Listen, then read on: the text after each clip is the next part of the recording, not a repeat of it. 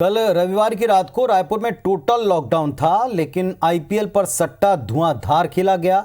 चौक चौराहों पर नशे और चाकूबाजी का कारोबार चला। मास्क नाक के नीचे था। सड़कों पर सख्ती बरतने वाली पुलिस अक्सर जैसा होता है इस पूरे प्रकरण में सोती दिखी। लोडेड पिस्टल लेकर एक रसूखदार दुर्ग से लेकर रायपुर तक जाता है, जो दोनों सील हैं। हाई प्रोफाइल दारू और बर्थडे पार्टी में शामिल होता है और फायरिंग करता है, लेकिन चालान काटने में मस्त पुलिस को इन सब का पता नहीं चलता, क्योंकि राजधानी रायपुर पुलिस के सारे कायदे, सारे नियम, सारे प्रतिबंध केवल आम लोगों के लिए जो हैं।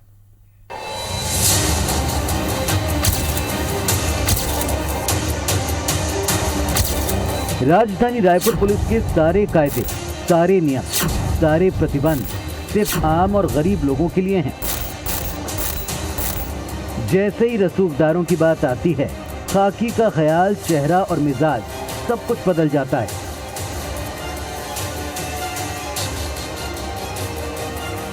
इसकी वानगी एक बार फिर दिखी 27 सितंबर की रात, जब रायपुर में लगे अब तक के सबसे सख्त टोटल लॉकडाउन के बीच वीआईपी रोड स्थित क्वींस क्लब में रसूखदारों की बर्थडे पार्टी हो गई।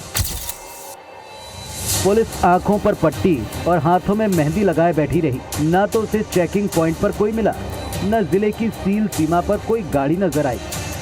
शहर के सबसे वीआईपी इलाके में, जहां पूर्व मुख्यमंत्री का निवास है, उस इलाके में नशे की पार्टी ऑर्गेनाइज होती रही और रायपुर के चप्पे चप्पे पर चेकिंग का दावा करने वाली पुलिस नींद में डूबी रही।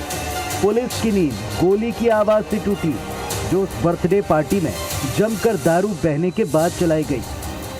दरअसल राजधानी रायपुर में जब किसी भी होटल या रेस्टोरेंट खोलने की सख्त मनाही है, तब वीआईपी रोड के क्वींस क्लब में कमरा नंबर 206 को जन्मदिन की पार्टी के लिए बुक किया गया। रसूखदारों की पार्टी शुरू हुई और इसमें न सिर्फ रायपुर के लोग शामिल थे, बल्कि दुर्ग और भिलाई से भी लोग आए। इन्हें न तो कानून का डर था, न पुलिस का कोई खौफ। और फिर वही हुआ जो अक्सर जाम के नशे में ऐसी पार्टियों में होता आया है। नशे में धुत युवकों ने पार्टी से निकल रही युवतियों से छेड़खानी शुरू कर दी। विवाद बढ़ा, नौबत हाथापाई तक आई और इस बीच दुर्ग के हितेश पटेल ने अपनी पिस्तौल निकालकर हवाई फायरिंग कर दी। टोटल लॉकडाउन में क्लब का खुलना, पार्टी का होना और फिर छेड़छाड़ के बाद फायरिंग की घटना ने जिला प्रशासन और राजधानी पुलिस पर सवाल खड़े कर दिए। आनन फानन में पुलिस ने गोली चलाने वाले हितेश पटेल के अलावा क्लब संचालक, उसके मैनेजर और दूसरे कर्मचारी समेत पार्टी के लिए कमरा बुक करने वाले लोगों के खिलाफ एफआईआर दर्ज की है। साथ ही क्वींस क्लब को सील करते हुए 5 लोगों को गिरफ्तार किया है। सख्त लॉकडाउन के बीच रायपुर के क्वींस क्लब में बर्थडे पार्टी का आयोजन किया गया और उसी दौरान हवाई फायरिंग की घटना हुई। इस घटना ने कई बड़े सवाल खड़े कर दिए और उसके बाद अब पुलिस और प्रशासन इसमें कड़ी कार्रवाई में जुट गई है।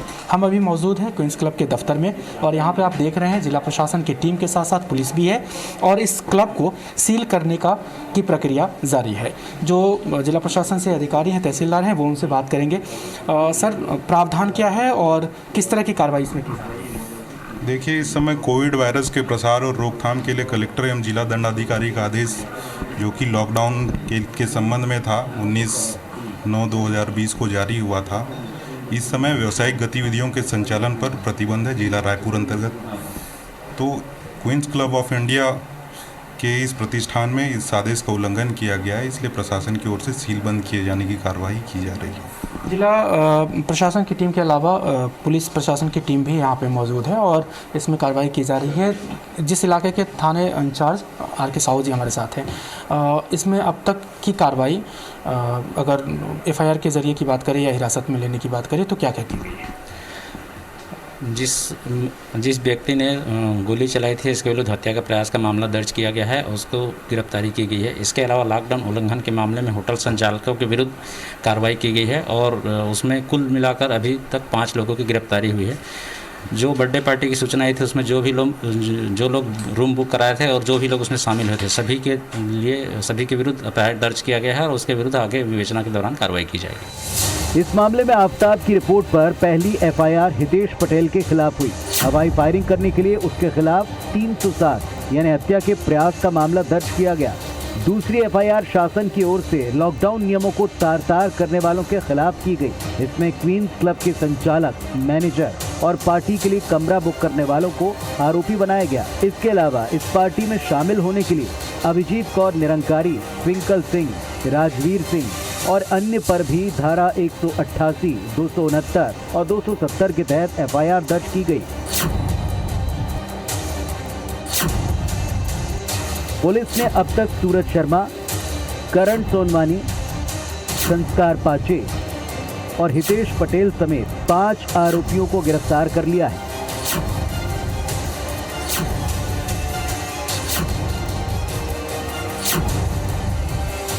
सवाल ये, इन लोगों ने किसके आधार कार्ड पर कमरा बुक कराया था और बाकी लोगों की गिरफ्तारी कब होगी? राजेश राज, IBC 24, रायपुर। रायपुर में कानून व्यवस्था को ठेंगा दिखाकर लॉकडाउन में दारू और बर्थडे पार्टी के दौरान गोली चलाने वाले आरोपी हितेश पटेल के खिलाफ दुर्ग जिले में एक और एफआईआर दर्ज की गई। पेशे से ठेकेदार हितेश के पास यूके की नागरिकता है। आरोपी हितेश के खिलाफ पहले भी भिलाई की सेक्टर 6 में फायरिंग का एक केस दर्ज है। पुलिस आरोपी का लाइसेंस निरस्त करने के लिए जिला प्रशासन को पत्र लिखेगा। इधर रायपुर में भी पुलिस ने घटनास्थल की जांच के बाद मौके से खाली खोखे बरामद किए हैं। सवाल ये उठता है, लॉकडाउन में बर्थडे पार्टी हुई कैसे? पुलिस को कैसे आखिर इसकी भनक नहीं लगी? क्या रसूखदारों की पार्टी को पुलिस का भी संरक्षण था? चप्पे चप्पे पर बैरिकेडिंग है तो जश्न मनाने के लिए इतने लोग कैसे आ गए? क्या ये दिखे नहीं पुलिस को? क्या कर रही थी हर चौक पर चेकिंग करने वाली पुलिस? जिले की सीमाएं सील थी तो दुर्ग और रायपुर दोनों सील जिले, इनकी सीमा कैसे पार की रसूखदार ने? सवाल ये, आखिर किस अधिकारी ने जारी किया रसूखदारों को ई पास? पुलिस ने एफआईआर दर्ज कर जांच की दुहाई दी है। सवाल कई हैं कि वारदात वाली रात ये पुलिस कहां थी, उसकी चेकिंग कहां थी, मुस्तैदी कहां थी, बाकी लोग जो इस प्रकरण में हैं वो कब पकड़े जाएंगे?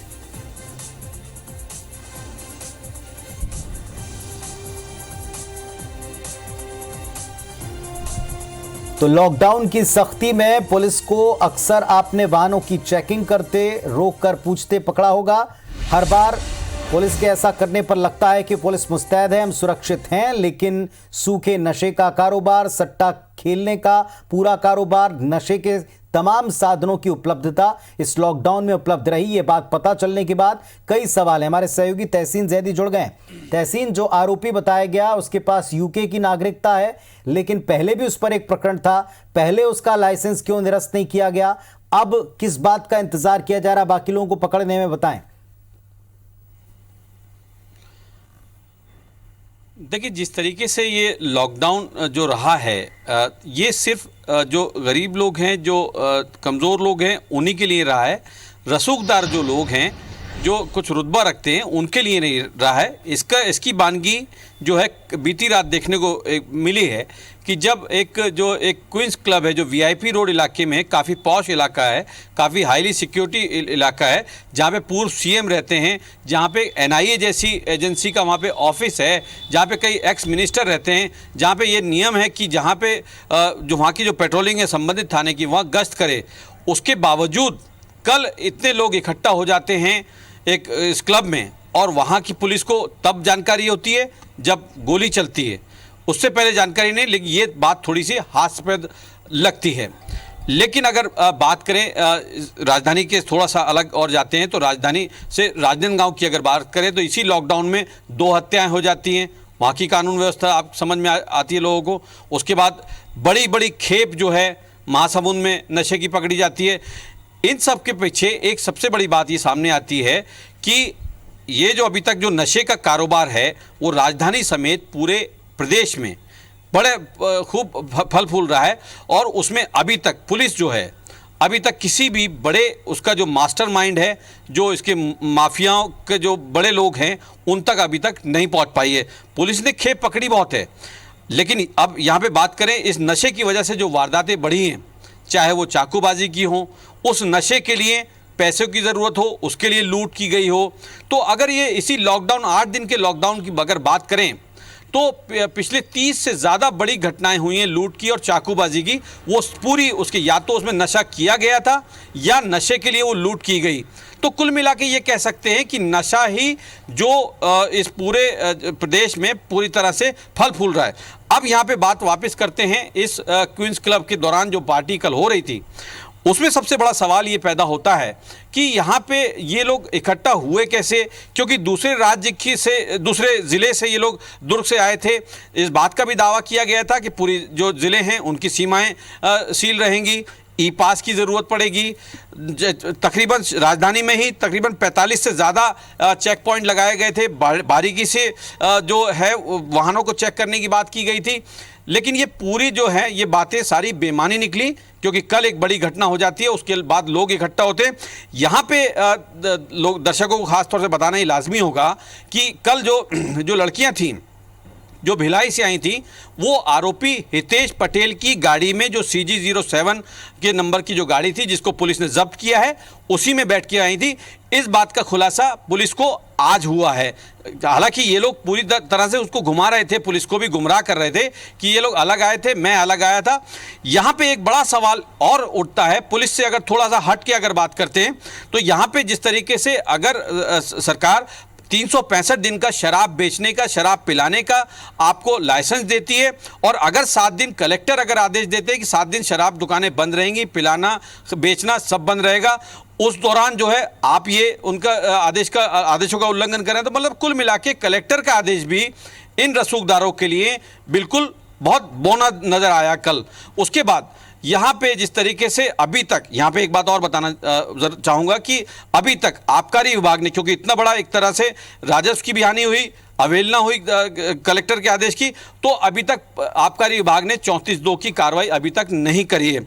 यहाँ पे एक बड़ा सवाल यहाँ पे उठता है पुनीत जी कि पुलिस की अगर बात करें तो आबकारी एक्ट भी पुलिस लगाए, नशीले मेडिकल स्टोरों पे भी छापा पुलिस मारे, तो बाकी जो दीगर डिपार्टमेंट हैं, जो बाकी जो विभाग हैं, वो पूरी तरह से सोए हुए हैं और उनके कानों पे कोई जू नहीं लगती। तो कुल मिला के जो बात आती है वो सीधे तौर पे पुलिस पे आती है कि ठीक है। चलिए, पुलिस के ऊपर भी कई सवाल हैं, लेकिन बाकी डिपार्टमेंट्स जिनका जिम्मा है अपने अपने महकमों के हिसाब से छापे डालना, कार्रवाइयां करना, वो क्या कर रहे हैं? क्या इस लॉकडाउन में सारी जिम्मेदारी निचले तबके को दे दी गई है या एक जमीनी ग्राउंड पर काम करने वाले लोगों को दे दी गई है और ऊपर से संरक्षण हासिल है तो वो भी कैसे कार्रवाई करेंगे? ये भी एक बड़ा प्रश्न है। बहुत शुक्रिया आपका इस पूरे डिटेल